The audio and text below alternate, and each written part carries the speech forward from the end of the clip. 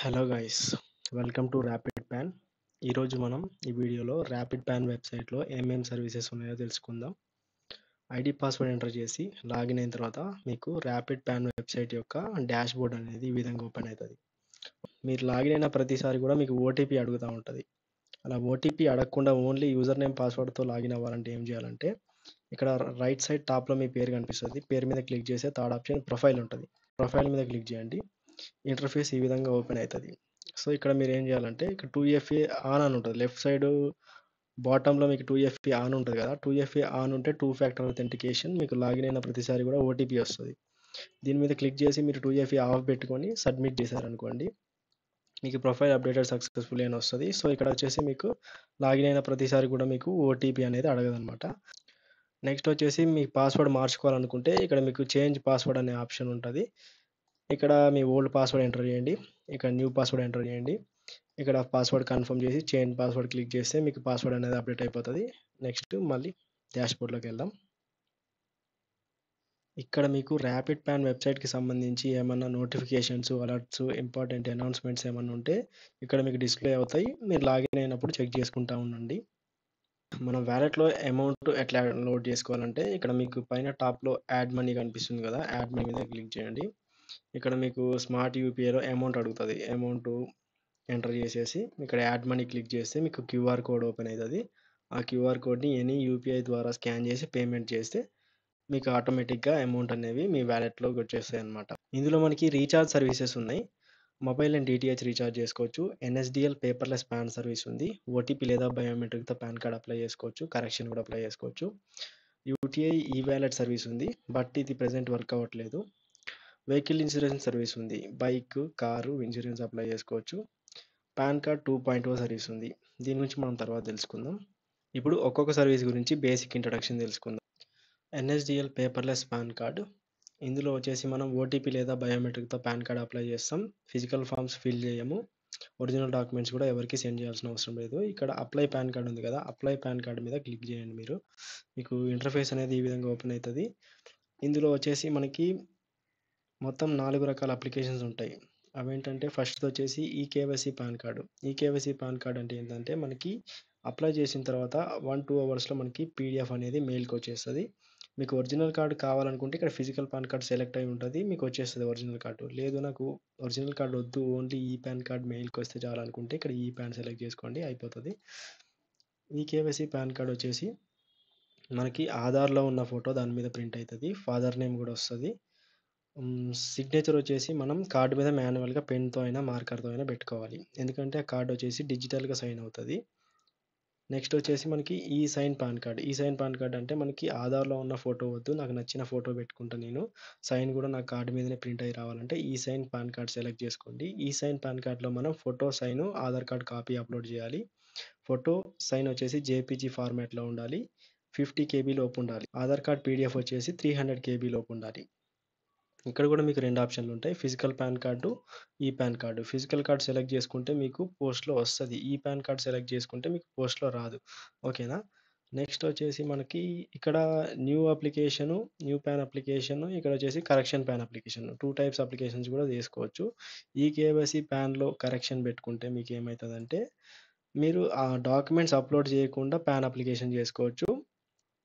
ఈ సైన్లో మీరు కరెక్షన్ పెట్టుకుంటే ఏమవుతుందంటే డాక్యుమెంట్స్ అప్లోడ్ చేసి మీరు కరెక్షన్ అయితే పెట్టుకోవాలన్నమాట. Photo, sign, Aadhaar copy, PAN copy upload చేయాలి. పాన్ కాపీ లేకపోయినా పర్లేదు, ఆధార్ కార్డ్ కాపీ అయితే అప్లోడ్ చేసి మీరు పాన్ కార్డ్ అయితే అప్లై చేసుకోవచ్చు. ఇవి మొత్తం 4 రకాల అప్లికేషన్స్ ఇందులో ఉన్నాయి. 4 అప్లికేషన్స్లో మీరు ఏ అప్లికేషన్ చేసినా కానీ ఇక్కడ వచ్చేసి మీరు డీటెయిల్స్ ఎంటర్ చేయాలి. First name, middle name, last name, date of birth, gender select చేసుకోవాలి, మొబైల్ నెంబర్ ఎంటర్ చేయాలి, ఇక్కడ ఈమెయిల్ ఐడి ఎంటర్ చేయాలి.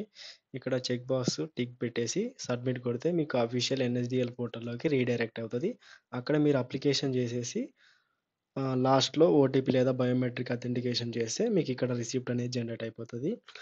నెక్స్ట్ మీరు అప్లికేషన్ చేసిన తర్వాత మీ అప్లికేషన్స్ ఎక్కడ ఉంటాయంటే ఇక్కడ ఎన్ఎస్డిఎల్ పాన్ కార్డ్లో అప్లై పాన్ కార్డ్ అనేది ఫస్ట్ ఉంటుంది. ఇక్కడ థర్డ్ ఆప్షన్ వచ్చేసి లిస్ట్ ఆఫ్ పాన్ కార్డ్ అనే ఆప్షన్ ఉంటుంది అనమాట.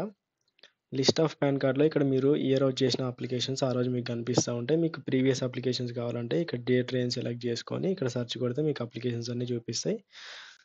నెక్స్ట్ పాన్ 2.0 ఉంది కదా, ఈ పాన్ 2.0 సర్వీస్ అనేది మనకి ఎందుకు యూజ్ అయితదంటే, మనకి యూటీఐ ఐడీ లేకుండా యూటీఐలో పాన్ అప్లికేషన్ చేసుకోవాలంటే ఈ సర్వీస్ అనేది యూజ్ అయితది. ఈ సర్వీస్ మనకి కొత్త పాన్ కార్డ్ చేసుకోవడానికి యూజ్ అయితది. మైనర్ పాన్ కార్డ్ చేసుకోవడానికి యూజ్ అయితది. ఇదొచ్చేసి ఫిజికల్ మోడ్ అనమాట. అంటే మనం ఫార్మ్ ఫిల్ చేసి ఫార్మ్ అప్‌లోడ్ చేయాలనమాట ఇందులో. ఫార్మ్ ఫిల్ చేయకపోయినా పర్లేదు. మీకిక్కడ జనరేట్ అయితది. దాన్ని ప్రింట్ తీసి కూడా మీరు ఫోటో సైన్ పెట్టేసి ఆధార్ కాపీ అటాచ్ చేసి మీరు అప్‌లోడ్ చేయొచ్చు. ఫస్ట్ మీరు ఈ అప్లికేషన్‌ని డీటెయిల్‌గా ఫిల్ చేసిన తర్వాత మీకు లాస్ట్‌లో సబ్మిట్ ఆప్షన్ ఉంటది. సబ్మిట్ క్లిక్ చేసిన తర్వాత మీకు రిసిప్ట్ అనేది ఒక వితిన్ 5 మినిట్స్‌లో జనరేట్ అయిపోతది. ఇది ఆటోమేటిక్ సిస్టమ్. వితిన్ 5 మినిట్స్‌లో మీకు జనరేట్ అయితది. మీరు ఏదైనా మిస్టేక్ చేసున్నా గానీ, లేకపోతే ఆధార్ అథెంటికేషన్ ఫెయిల్ అయినా గానీ, మీకు రిసిప్ట్ జనరేట్ అవ్వదు. వితిన్ 12 అవర్స్ వరకు గూడా మీకు పెండింగ్‌లోనే ఉంటది. మీరు ఈరోజు చేస్తే నెక్స్ట్ డే మీకు రిఫండ్ వస్తది. అప్పటి వరకు పెండింగ్‌లోనే ఉంటది. మీరు ఒకసారి పెండింగ్ ఉంది అప్లికేషన్ అనుకుంటే మీరు మళ్ళీ అప్లికేషన్ చేయొద్దు. పెండింగ్‌లో ఉన్నది అది ఫెయిల్ అయినా అవ్వాలి, సక్సెస్ అయినా అవ్వాలి. అయిందాక మీరు వెయిట్ చేయాలనమాట. ఇక్కడ మీకు అప్లికేషన్ సక్సెస్‌ఫుల్ అయిన తర్వాత మీరేం చేయాలంటే మీకు అక్నాలెడ్జ్‌మెంట్ రిసిప్ట్ వస్తది. అది డౌన్‌లోడ్ చేసుకోవచ్చు. అప్లికేషన్ ఫిల్ చేసిన అప్లికేషన్ గూడా వస్తది. దాన్ని గూడా మీరు ఆహ్, తీసుకోవచ్చు. ఇక్కడ మీకు లిస్ట్ ఆఫ్ పాన్ కార్డ్ ఉంది గదా! ఇందులోకెళ్తే మీకిక్కడ స్టేటస్ అనేది చూపిస్తది. ఫెయిల్ అయిందా? సక్సెస్ అయిందా? లేకపోతే మీరు అప్లికేషన్ డౌన్‌లోడ్ చేసుకోవడానికి గూడా మీకిక్కడ స్టేటస్‌లో మీకు యాక్షన్‌లో కనిపిస్తది. యాక్షన్ మీద క్లిక్ చేసి మీరు డౌన్‌లోడ్ చేసుకొని అది మళ్ళీ మీరు ఆ ఫార్మ్ అప్‌లోడ్ చేయాలన్నా గానీ ఈ యాక్షన్‌లో మీరు అప్‌లోడ్ చేసేయొచ్చు. ఇన్సూరెన్స్ పాలిసీ వచ్చేసి మీరిక్కడ అప్లై ఇన్సూరెన్స్ క్లిక్ చేస్తే ఇంటర్ఫేస్ ఇలా ఓపెన్ అయితది. ఇక ఇన్సూరెన్స్ దేకో లాగిన్ అని ఉంది గదా! ఇక్కడ క్లిక్ చేస్తే మీకు ఇన్సూరెన్స్ దేకో వెబ్‌సైట్‌కి రీడైరెక్ట్ అవుతది. ఇక్కడ మీరు అన్ని రకాల వెహికల్ ఇన్సూరెన్స్ చేసుకోవచ్చు. ఫర్ ఎగ్జాంపుల్ నేను బైక్ సెలెక్ట్ చేసుకున్నా. గెట్ వెహికల్ డీటెయిల్స్ క్లిక్ చేయాలి. వెహికల్ డీటెయిల్స్ మీకు ఫెచ్ అవుతాయి. బైక్ వేరియంట్ సెలెక్ట్ చేసుకొని గెట్ కోడ్స్ క్లిక్ చేస్తే మీకిక్కడ పాలిసీ ఎక్స్‌పైరీ డేట్ అడుగుతది. ప్రీవియస్ ఇన్సూరెన్స్ ఎవరో అడుగుతది. పాలిసీ టైప్ కూడా అడుగుతది. లేదా మీరు ఒకవేళ మీ ఇన్సూరెన్స్ ఎక్స్‌పైర్ అయ్యి 90 డేస్ కన్నా ఎక్కువైతే ఇక్కడ నో సెలెక్ట్ చేసుకొని కన్ఫర్మ్ అండ్ ప్రొసీడ్ క్లిక్ చేయండి.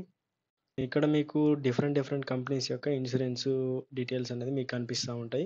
ఇక్కడ మీకు కమిషన్ ఎలా వస్తదంటే ఇక్కడ పాయింట్స్ ఉంది కదా! ఇక్కడ 120 పాయింట్స్, ఇక్కడ నిల్ పాయింట్స్, ఇక్కడ 311 పాయింట్స్, ఇక్కడ 144 పాయింట్స్. సో, మీరు ఏది సెలెక్ట్ చేసుకోవాలంటే దేనికైతే ఎక్కువ పాయింట్స్ ఉంటాయో దాన్ని సెలెక్ట్ చేసుకుంటే మీకు కమిషన్ వస్తది. ఎక్కువ వస్తదనమాట. కమిషన్ ఎంతొస్తది అని మనం ఎగ్జాక్ట్‌గా చెప్పలేము. బట్ ఏంటంటే మనకి ఎక్కువ పాయింట్స్ ఉన్నదాన్ని సెలెక్ట్ చేసుకుంటే మనకి ఎక్కువ కమిషన్ వస్తది. మీరు అప్లై చేసిన ఇన్సూరెన్స్ పాలిసీస్ యొక్క లిస్ట్ మీకు కావాలనుకుంటే ఇక్కడ లిస్ట్ ఆఫ్ ఇన్సూరెన్స్ ఉంటది. దీని మీద క్లిక్ చేసి చూసుకోవచ్చు.